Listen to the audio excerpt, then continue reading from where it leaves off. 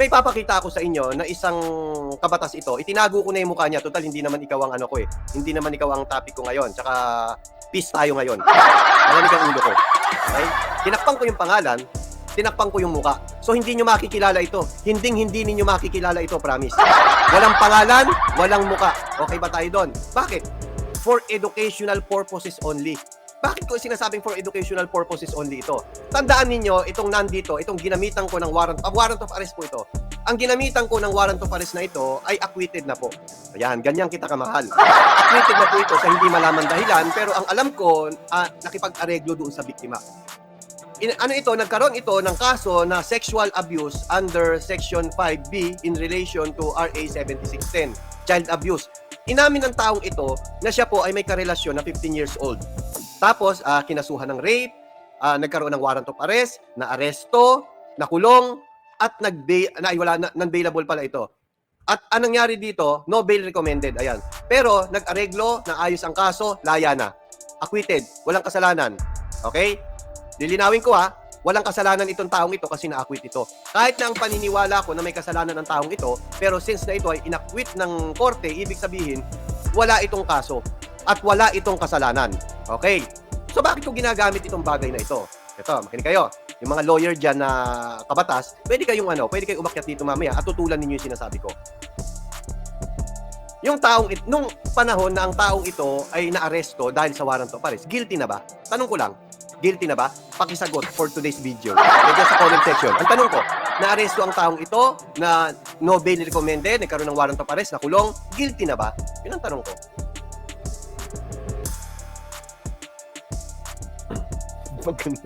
Yan ba yung nangolekta ng 20K? Magbigay ka lang ng papasukin ni Sausaw. Hindi, ayan, sabi ni ang galing talaga ni Percy Lapida. Hindi. Yes, hindi guilty ito. Katunayan, acquitted na ito. Hindi, sabi ni Paco. Si Gary Katubig, hindi. Hylos, hindi. Hindi ka babasahin yung dagdada.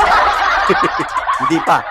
So ito, kapag tinawag ko itong guilty at sinabi kong ito, rapist ito, cyber libel ba yon? Pwede ba akong kasuhan ng cyber libel doon? Pag sinabi ko, itong taong ito, ano ito? Manyakis ito, guilty ito, rapist ito. Kapag sinabi ko ba siyang rapist, pwede ba akong makasuhan ng cyber libel? Yes, of course. Pwede ako makasuhan. Kasi unang-una, acquitted nga siya eh.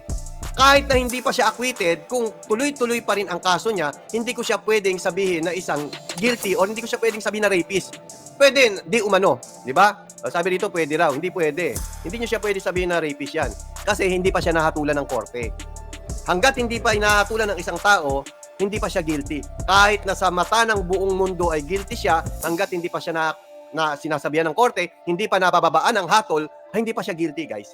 So, dito makikita natin. Fair tayo, di ba? Fair.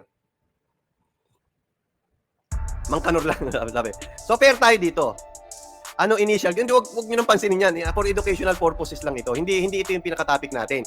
Ipinapakita ko lang sa inyo na hindi kayo pwedeng basta-basta mag-akusa ng isang tao kahit na ito ay naaresto. Hanggat walang ibinababa ang korte, hindi mo pa pwedeng akusahan ang isang tao na sa isang kasalanan na inaakusa sa kanya. Nasasabihin yung guilty na at ita-trial by publicity nyo. Okay? Magbibigay na tayo. Ngayon pupunta na tayo ngayon sa pinaka-topic natin. Ano ba yung pinaka-topic natin? Ito, pakinggan. Kaya kailangan ko yung mga lawyer dito eh. Lawyer na mga nakadikit kay Libayan. No? Pakinggan natin to.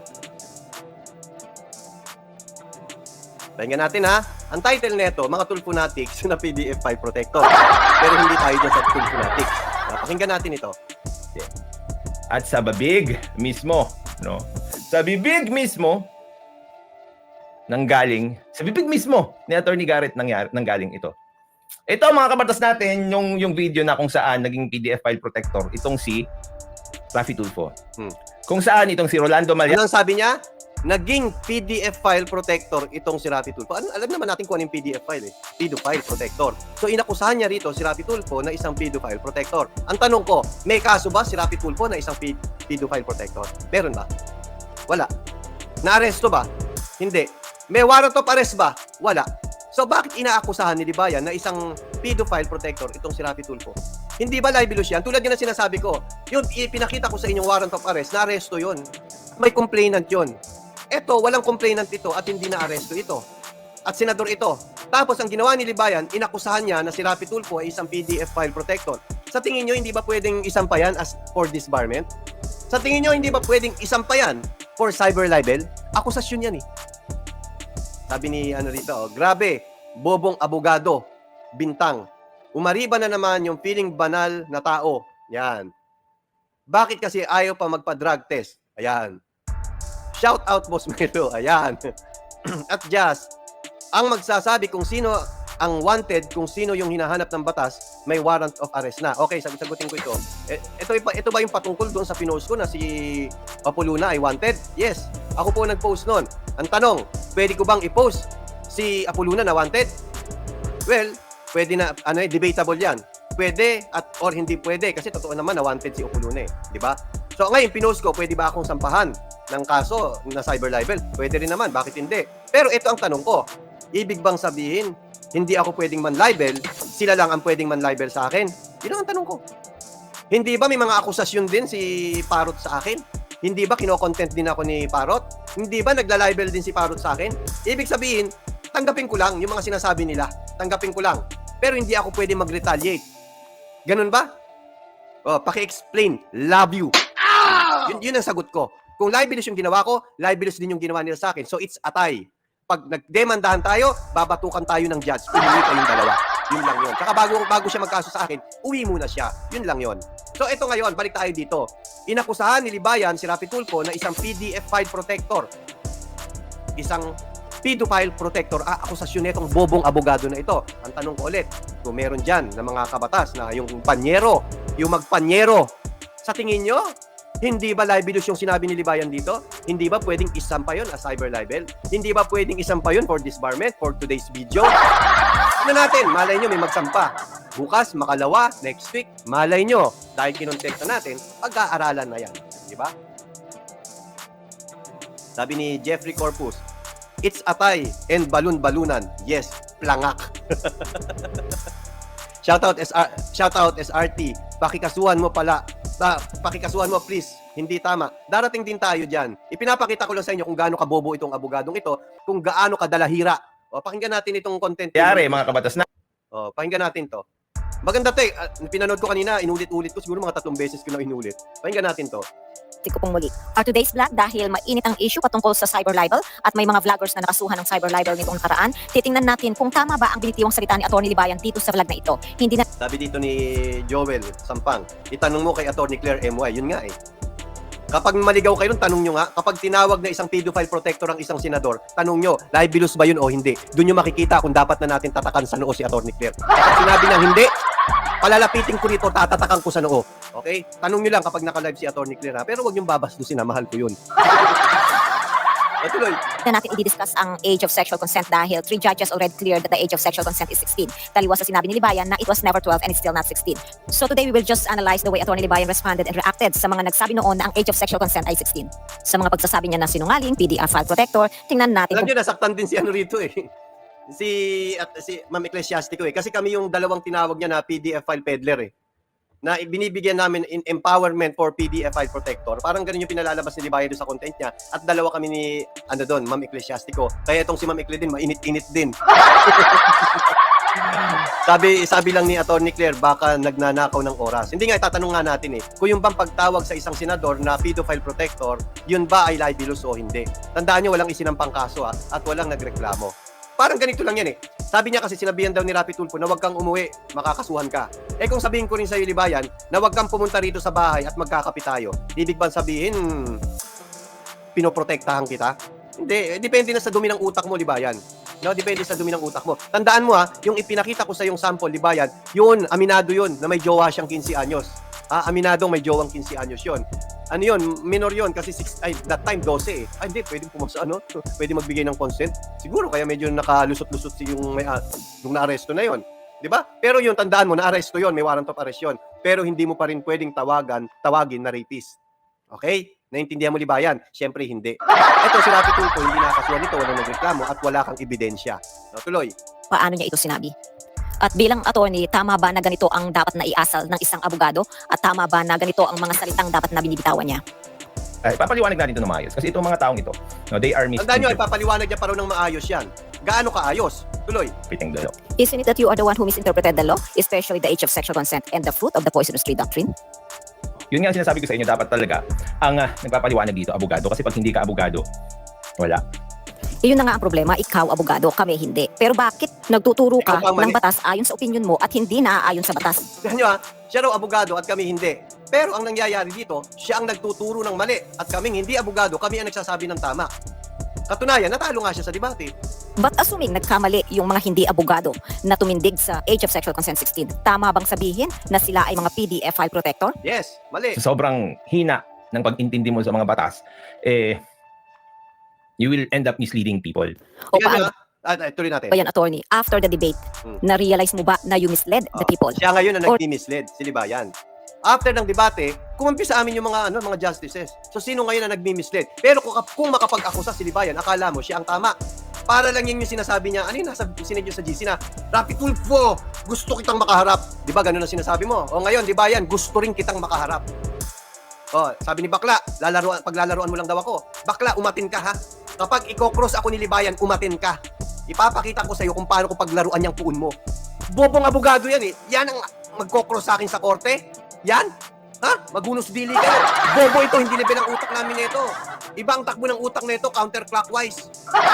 Katunayan, hindi niya ako maribat-ribat. Ako ang kumulata. Before si Fiscal EJ, kinukulata ako na ito. Nung dumating si Fiscal EJ, dignidad na niya ang nawala. Dati, pakurut-kurut lang ako ng dignidad niyan kasi hindi nga ako abogado eh. Eh, si Fiscal EJ, may karapatan si Fiscal EJ. Ano nangyari? Kulata, ayan, nakita yung mukha. Naging cartoon character. Tuloy. Pero nakaramdam ka lang ng pagkapahiya at hindi mo matanggap na nagkamali ka, kaya ang ginawa mo para matabunan ang pagkapahiya mo, naghanap ka ng palusot. But not all people are stupid, attorney. You can manipulate others but not all. Pwede mong i-manipulate ang mga kabatas mo at mga vlogger mong bugok. Pero kami hindi. Alam mo ba na mismong kabatas na ang umamin na nalito ka? Umakyat si Rene sa isa sa mga live ko Ito pa yung at tanga-tangang vlogger mo. Pakinggan mo yung tanga-tangang vlogger mo, di ba yan? Kung paano ka nilaglag ni Rene sa kanal. ito yung isa sa conversation namin. Tinanong ko siya dito kung nalito ba si Atty. Libayan. Pakinggan natin. Send. Naniniwala ka ba na si Atty. Libayan ay nalito sa age of sexual consent? Yes or no? Ano? Naniniwala ka ba na si Atty. Libayan ay nalito sa age of sexual consent kung bakit siya natalo sa debate? I-atas mo ng konti kasi may sagot yan sa tanong mo. I-atas mo konti yung video. May sagot sa tanong mo dyan eh. I-atas mo yung video sa Ngayon, learner of law pa rin ako. No? Ano sabi? And in my years Ano of sabi? practice- Ano sabi? Learner of law. Pero, So, ibig sabihin, pakinggan yung mabuti kung paano dinepensa ni Rene sa kalam si Atty. Libayan pero hindi niya alam na dito siya nasukol. Kasi yung kung ang confidence tanong niya, ni Ekley kung nalito siya sa ito, possibly nalito siya kasi learner of law pa siya. At So, nakaral pa rin siya ng batas. guys, sa mga hindi pa po nakasubscribe kay Ma'am Ecclesiastico, subscribe na lang po ninyo. Magaganda po ang content nito, quality. As in, quality content nito pag gumawa. Minsan lang gumawa, pero quality. O paano ba yan, attorney? Mismong kabatas mo na ang nagsabi na nalito ka kasi learner of law ka pa rin pero very confident ka na ang age of sexual consent ay 18 at tapos tinawag mo pa kaming PDF file protector. Sabi sa inyo, kaya yan si Ma'am Ecle, mainit din ang dugo kay Libayan eh. Biro mo, ikaw itong nalito, ikaw itong tanga-tanga Libayan, tapos kami ang tatawagin mo na PDF file protector, dalahira talaga yung bunganga mo, dapat yan sinusupalpal. Biruin mo, tinawag mo ang mga justices. Ang bobo mo talaga, Libayan. Ikaw pa ang kapal ng mukha mo, ikaw pa may karapatan tumawag yan, ikaw itong mali. At dinipensahan ka pa ni Rene sa kalam. From 2020 hanggang 2023, learner of law. Simpleng tanong, what is the age of sexual consent in the Philippines? Sa loob ng 3 taon, ang alam niya, it was never 12 and it's still not 16. At siguro kung hindi dahil sa debate nyo ni Fiscal EJ, until now, hindi mo pa rin alam na ang age of sexual consent ay 16. Bobo pa rin. At baka until now, Hanggang tinatawag ngayon, bobo ka pa rin Libayan. Bobo naman talaga si Libayan eh. Bobo si Libayan. Biruin mo, lawyer, tawagin kong bobo, wala magawa. Pati bobo nga. May ibang lawyer pa lang eh. Subukan nyo si Atty. Villamor. Ayun, antayin nyo. Antayin nyo. Masaswerte itong mga ito, itong mga vlogger na ito. Biro nyo, dekalibre yung mga nagkakaso sa inyo. mo pa rin kaming PDF file protector. Anyway, let's continue. Hindi lang isang beses sinabi ni Rene sa kalam na nalito si Atty. Libayan. Pakinggan ulit natin to. Nalito na nga siya dyan. Nalito na siya kasi Go! learner of law siya. Nalito na siya ng law.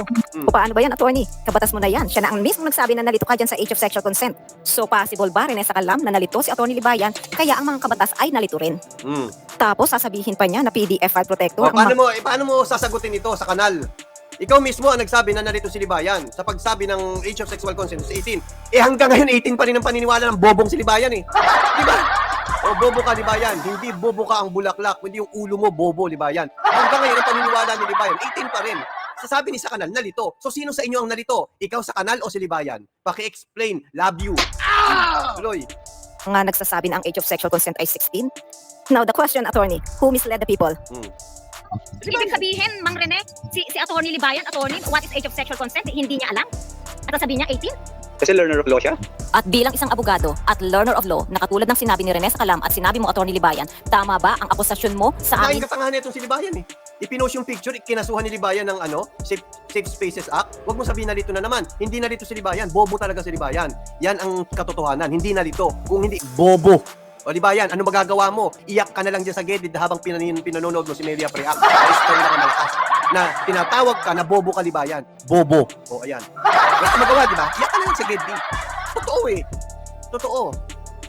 Na PDF file protector kami dahil we stand that the age of sexual consent is 16? Hindi ba pasok yun sa cyber libel? Oh. At alam- Kaya nga hindi tayo makasuhan ni Libayan eh. Kung ano-ano ang tinawag niya sa akin eh. Tapos siya pala ang mali.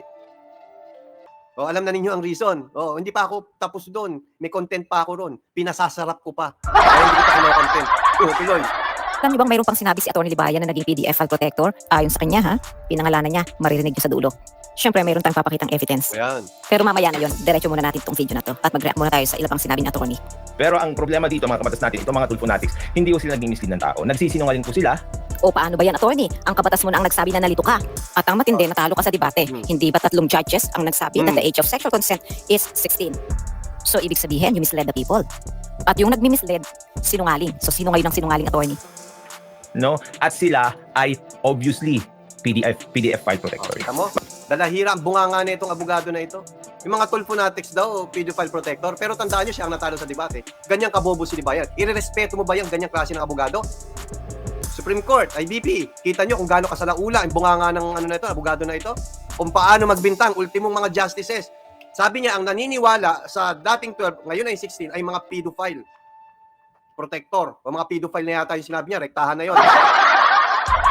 Kaya nga ako naniniwala, madidisbantayin mo lang, di ba yan? Hindi ganun kasi kadali yun. Tinitignan pa ng Supreme Court tsaka ng IBP yung katangahan mo. Grabe ka naman, attorney, kung maka-akusa ka na PDF file protector dahil lang sinabi namin ang age of sexual consent ay 16, PDF file protector ka agad. Mga kabatas natin, no, sa dulo nito may special guest tayo. Mag-play tayo ng video ng Raffy Tulfo in action. Mas matindi itong susunod na iparirinig ko sa inyo. Sit back and relax. Sit back and relax. O, tuloy. Ito mga kabatas natin, yung video na kung saan naging PDF file protector, itong si Raffy Tulfo. Pakinggan nga natin ulit yung sinabi ni attorney Libayan. Ito mga kabatas natin, yung video na kung saan naging PDF file protector, itong si Raffy Tulfo. Tandaan nyo alam ko palusot niya rito eh. Nasa comment section daw. Hindi totoo yun kasi title niya palang PDF file protector na eh. Tsaka walang i-sinerch ko yun eh. Kaya nga, di ba, yung mga nasa GC, di ba, tinatanong ko ano link neto. Binigay sa akin yung link ni Ma'am Ecclesiastico ito. Sabi ko, hindi yan. Yung actual link. Bakit yung actual link ang ano ko, ang hinahanap ko? Ito yung actual link. Kasi bago niya banggitin yung salitang PDF file, papakita ko na sa inyo para makita ninyo kung paano ako mag-research. Kasi baka nga naman totoo yung sinabi ni Libayan eh, binasa niya lang sa comment section eh. Baka nga naman totoo, tuloy. Hindi, punta tayo sa original. Oh, Yan, mga kabatas natin. At sa babig mismo. pakinggan nyo ha. Sa bibig mismo, nanggaling, sa bibig mismo ni Attorney Garrett nanggaling ito. Titignan natin kung totoo bang may binasa siya na si Raffy Tulfo ay isang PDF file protector. Kasi baka nga naman, nabasa niya lang sa comment section. Hahanapin natin. Tuloy. Ito mga Hanapin natin bago niya banggitin. Kasi kapag hinanap natin after niya banggitin, hindi na valid yun. Kasi mga parot itong mga mga subscriber niya eh. Kung ano yung sinabi ni Libayan, uulitin lang nila yon. Kaya nga sila nakakasuhan eh. Kaya dapat i-search natin bago niya sabihin. Tuloy. mga kabatas natin, yung video na kung saan naging PDF file protector, itong Ayan. si Aatras natin ng konti. Ayan. ni Attorney Garrett Hanapin natin dito. Tingnan natin ha. Control F. PDF. Diyan PDF pa lang wala na eh. Wala na makikita. PDF file. Ayan, tumutunog na. Wala na ibig sabihin. Naririnig ba ninyo yung tunog? So wala. Walang nagsasabi ng PDF file protector bago niya banggitin. So dito, Libayan, hindi mo maipalulusot. Hindi, binasa ko lang sa comment section. Hindi mo maipalulusot, Libayan. Okay na tayo, Libayan. O balik tayo kay Ma'am Ecclesiastico. Kasi may isang video ako na napanood niya na hindi ko na nga na-play hindi ko na nakuha eh. Na sinabi niya, hindi, galing daw yun sa comment section. Hindi po nagaling sa comment section yun. Kundi yun, galing mismo kay Libayan. Ha? Ito, tuloy. Ay, sorry, ito pala. Pakinggan. Ito mga kabatas natin, yung video na kung saan naging PDF file protector, itong si Raffy Tulfo. Alam mo, attorney, kung makaakusa ka, kung makapagbintang ka sa tao, inam. Tapos kapag kinasuhan ka, sasabihin mo, pinapatahimik ka. Slapsuit! Slapsuit! Bastos ang bunganga mo, di ba yan? Kapag kinasuhan ka, kasalanan pa ng ni Raffy Tulfo. Bobo ka talaga. Hindi bobo ka ang bulaklak, kundi bobo ka. Iyan naman ay opinion at obserbasyon ko lang. At isa pa, kinasuhan ka, daldal ka ng daldal sa social media. Patunayan mo sa korte na wala kang kasalanan. Hindi ba't ikaw ang may gusto ng due process? Oh, Ayan, di walang due process yung ginawa niya. Inakusahan niya agad si Raffy Tulfo. Walang due process. Sabi ko nga sa inyo, kung yung nga pinakita ko may warrant of arrest na, hindi mo pa pwedeng tawagin rapist eh. Pwede na ba tawagin libayan, wordplay lang naman, di ba? Laybayan. Wordplay daw eh. Bobo din eh, no? May pa-wordplay pang nalalaman. Tanga. dinaan ka sa due process. Ang tapang-tapang mo dyan sa channel mo para kang halimaw. Kapag nag-content ka at may nag-comment na hindi mo gusto, tulad ni Alfredo Palita, grabe kung Oy, laitin mo. si President. Oy, Tapos pag kinasuhan ka, magdadrama ka dyan. Doon ka sa korte magpaliwanag, attorney. At lagi kang pabiktim dyan sa channel mo. At may David and Goliath ka pang nalalaman. wala raw Sabi- kasing mahirap at mayaman. Meron David and Goliath. David din, no? Yan ang iba, utot mo. Huwag ka dyang mag-feeling David. Mo green. Green. Dahil ang layo mo kay David. Anyway, attorney, yan ay opinion ko lang naman base sa nakikita ko at napapanood ko sa channel mo at lalo na sa mga naririnig ko mula sa bibig mo. Alam mo, attorney, base sa obserbasyon ko, baliktad ka. Noong nasa debate ka, para kang maamong tupa na dapat doon ka nagpapakita na kaya mong lamunin ang kadebate mo. Tama, At dapat kapag nandiyan ka sa channel mo, maingat ka. tama, Dahil ang mga followers mo, lalo na ang mga vloggers, pwede kang gayahin. tama. Kaso baliktad ang obserbasyon ko sa iyo. Doon sa debate, parang maamong tupa ka. Diyan sa channel mo, Parang parang kasang pusa. halimaw ka. Hmm. Kaya tuloy, ang mga vloggers na ginaya ka, ayan, makakasuhan tuloy ng dahil sa'yo. Napakalaki ng responsibilidad at contribution mo dito sa issue na ito. Pero nasa mga vloggers Malaki ang contribution ni Libayan sa vlogging din sa Pilipinas. Nag-contribute siya ng katangahan. na yan kung ano ang gusto nilang mangyari sa buhay nila. At sa opinion ko, talagang may pagkukulang at pagkakamali sila rito. Hindi sa dahil gusto silang patahimikin. Pero ganun pa man, ang korte na ang bahalang magdesisyon dyan. Anyway, that's it for Ito mo, today. ang ganda ng sinabi ni Ma'am Ekle, ha? Korte na ang bahalang magdesisyon dyan. Pero si Libayan, inakusahan niya si Senator Raffy Tulfo na isang pedophile protector. Ganyang kabastos ang bunganga ng abogadong yan. No?